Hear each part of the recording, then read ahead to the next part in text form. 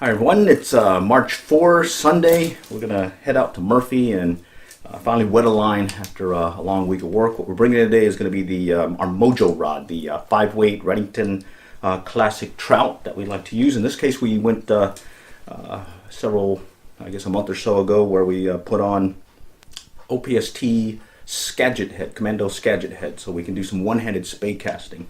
Give you an idea of the setup. We've got our leader. We got a little olive near deer on the end here. The leader then goes into a floating tip. In this case, instead of buying one, we ended up taking some old fly line and taking a section of it, about maybe 3 foot, 4 foot section.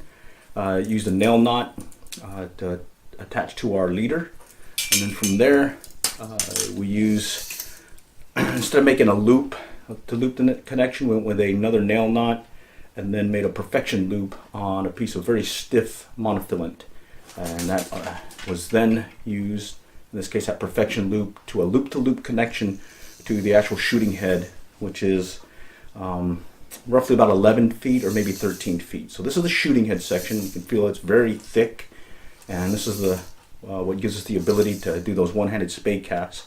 And then we come into the running line. In this case, this is this laser line monofilament, and what we've done here is, again, a loop-to-loop connection using our double surgeon knot to create the loop, and then we were able to do the loop-to-loop connection. And then from there you have this long set of mono running line, and then we'll attach it to the backing with another loop-to-loop connection. Key here is that this thin monofilament, you got to get used to it. It's not the same as a normal fly line that you're using for the running line that you would have, that's built in typically with most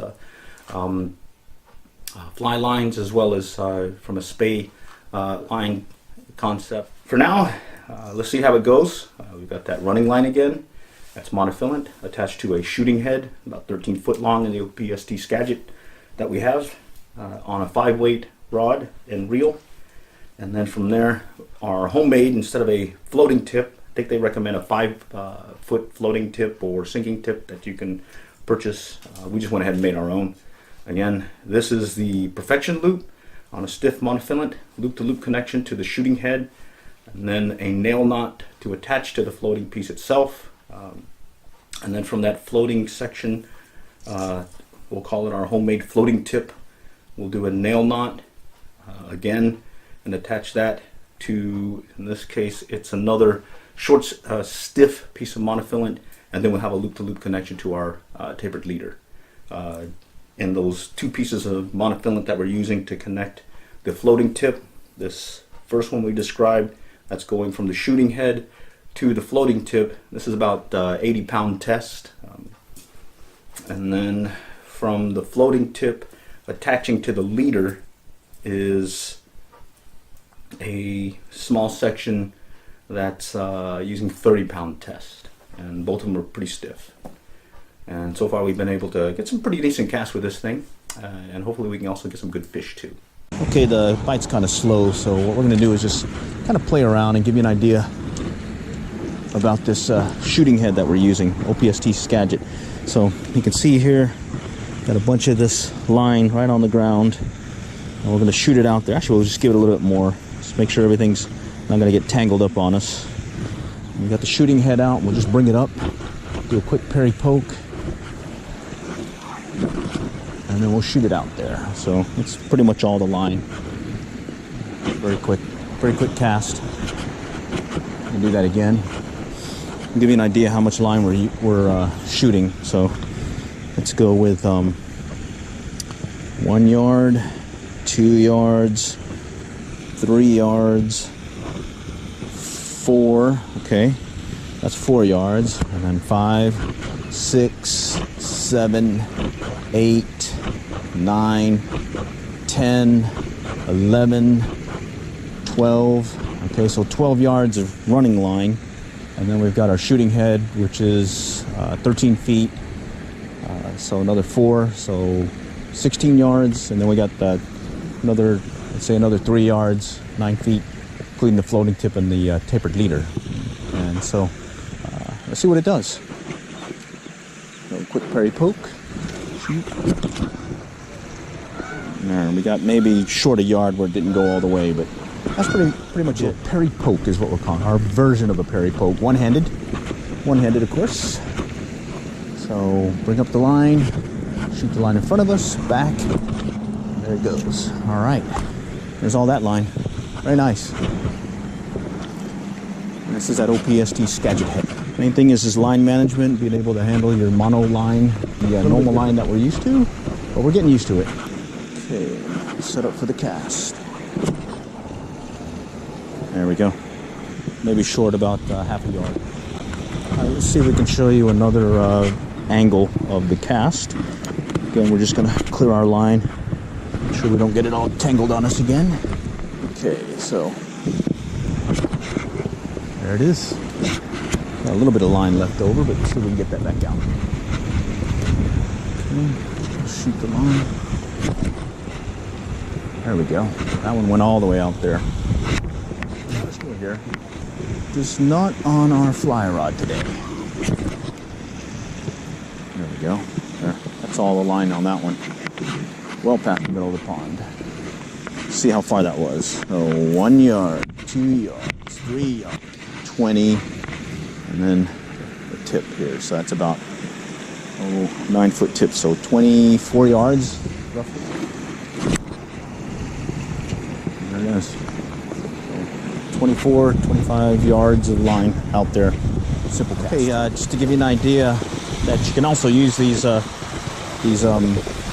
Skagit heads for short cast and how it helps you. Here's our line. Again, we were talking about 3 yards of line, or our tapered leader along with that floating tip. So that's about 3 yards. And then here's our shooting head. So 1, 2, 3, about 3 yards, 13 feet is what it says, so 13 feet. And then to get it where we want to go, we'll probably need to go with about another pull or two on the line. But let's just go ahead and get it out there. Just to give you an idea of what we're trying to fish, we're going to fish this area between this fountain and where that water's coming up. So that's about 6 yards. All right, you can see that we're just using the shooting tip, and it's very simple to get it out there. And then we'll just give it a couple of pulls. So 6 yards along with this line. That's about another 9 feet. So 3 yards. So that's 9 yards. And then let's go ahead and give it another pull here. So that's about let's give it another pull. About another 6 yards. So we're going to be using 9 plus 6 yards, or correction, 9 and 9, so 18 yards of line, total line. And you can see where you can just pop it over and it's already getting where you want it. You can do a short cast, get it right there. So no false casting, very simple. You can even cut it really quickly, get it right to the shooting tip. Quick roll cast, it's right where we want it there. Quick overhead cast, or in this case a little side cast, and we already got it out here. All right, we'll just take it right to the shooting tip, or shooting head. Real quick parry poke. There it is. Okay. What we're gonna do is just close out this this round. Didn't get any fish, had a few hits, but we got some other things we need to do today. That said, just want to show you what we're doing.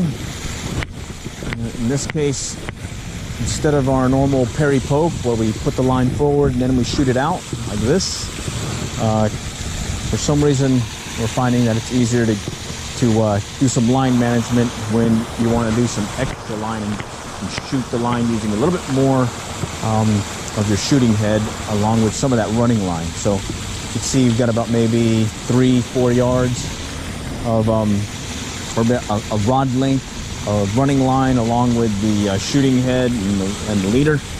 And instead of doing the parry poke, what we're doing is this. Okay, so the casting action is push it forward and then come back and then go. And it's not really the parry poke where we're doing sort of a roll cast and then out. what we're doing is instead just moving the line to get some speed, and then we're shooting that line out. All right, so we'll just show you real quick, and then we'll call it quits. All right, so the start of the cast, normally the parry poke, a little roll, and then back out, and then boom. All right, instead we're going to use the line, move forward, and then back. Okay, shoot forward, back. And there it goes. Pretty much most of that line. All right, we're going to mix it up with the Purple Damsel Fly. See how that goes. No, so far, no hits on the near deer. But we're having some good practice here.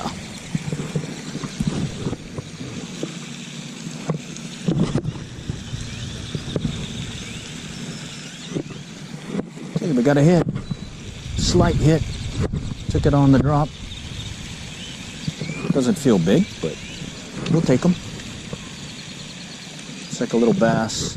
Little fingerling on the damsel fly. All right, we had this one hit.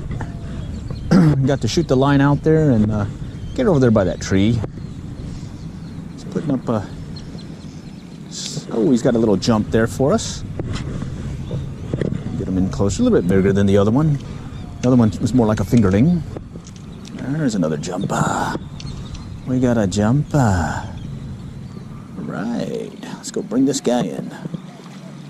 It's gonna be on a Purple Damsel Fly. All right, Purple Damsel Fly. All right, we got a hit. Up close. I got a couple. Got a little guy right here. Little bass. All right, another one on the Purple Damsel Fly.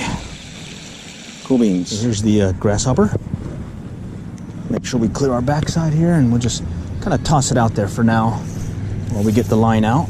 And let's see if we get somebody's interest. Hopefully a fish.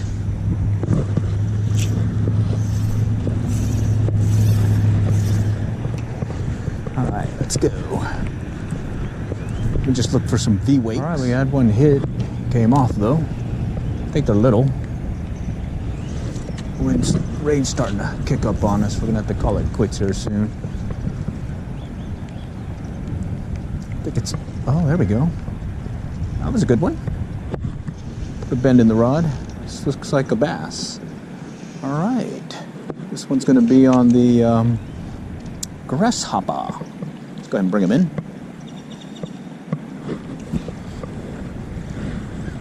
All right, looks like the flats is giving us some bass again on the grasshopper. Very shallow water, less than a foot. Grasshopper took this one.